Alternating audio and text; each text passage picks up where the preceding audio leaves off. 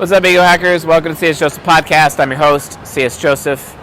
Tonight's question: how can an SDSF INTJ further develop his unconscious? That's a great question. I'd like to dedicate this episode to my friend Fib, one of the most important people in my life, who I love dearly, and I'm very thankful that he's in my life. So yeah, gotta have the dedication.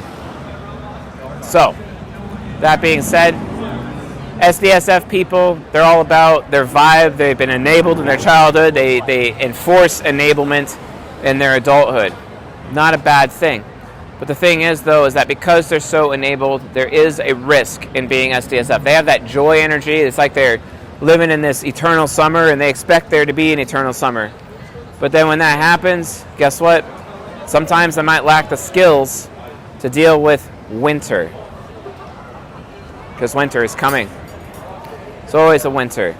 A winter at a macro level, a winter in nature, but also a winter in our lives. It's where we have these different life crises coming from. Quarter life crisis, as well as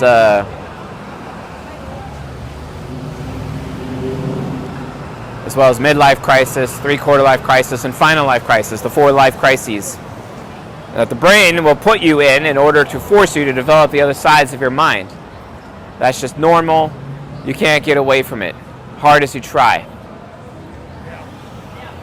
So SDSF types, while they are a atypical octagram within their human nurture, they end up having this problem where it's like, hey, what are you going to do when the winter comes? So they know, deep down, they kind of do lack wisdom. So how does an INTJ do it? How does an INTJ gain more wisdom? It's very simple, actually. What does an SDSF type need to do? Well, SDSF people focus a lot on their child function and their inferior function. And oftentimes, I've noticed SDSF people lack development in their parent function. So they need to develop their parent function more. So if you're an INTJ, you got to develop your parent function. That's what it's all about. But they don't know that. They really don't know that. So I'm here to tell them. So INTJs, stop taking shortcuts in your life. Stop expecting other people to enable those shortcuts. Develop your parent function. Allow yourselves to become super rational. But how do you do that? Well, read books. Actually, have enough focus for those books. Oh man, the autofocus is just messing up. I gotta turn that off. God, I hate that. Wish it wouldn't do that. I'm gonna turn off the autofocus right after this episode. Hopefully I can maintain it. Sorry if it's annoying. It's annoying me, that's for sure. So, SDSF types. Develop your parent function. INTJs, you do this by collecting knowledge, but you have to collect all of the knowledge, not just the pieces you believe are relevant, because that's technically a shortcut. INTJs are often pleasantly surprised by what's relevant versus what's not relevant with their FI child, only for them to realize later that some things that they missed are relevant, and if they were paying a little bit more attention, they would have that.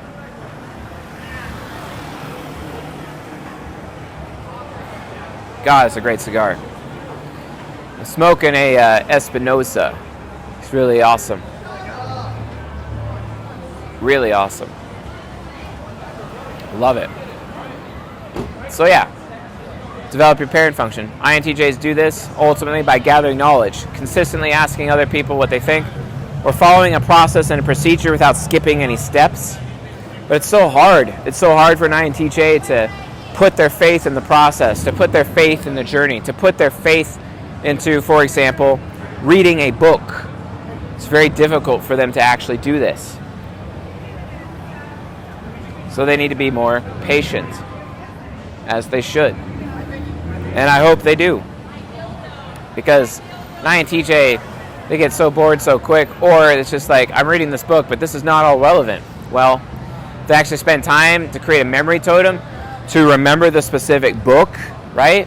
Take notes on it over time. They'll be able to refer to those notes later because their extroverted thinking parent is actually being responsible by gathering knowledge, curating that knowledge, because it may not be useful for them in the moment, but it will be useful for them later.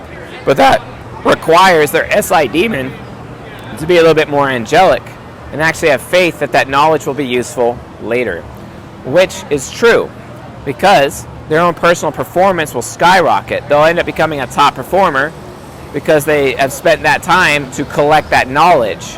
They've spent that time to handle it. It's a big deal. It's the most important thing that they can actually do. The absolute most important thing. And I highly recommend that they actually do that. So yeah. Make it happen. Read books. Listen to podcasts. Consume relevant content. Or content that you don't think is relevant. Let me tell you something.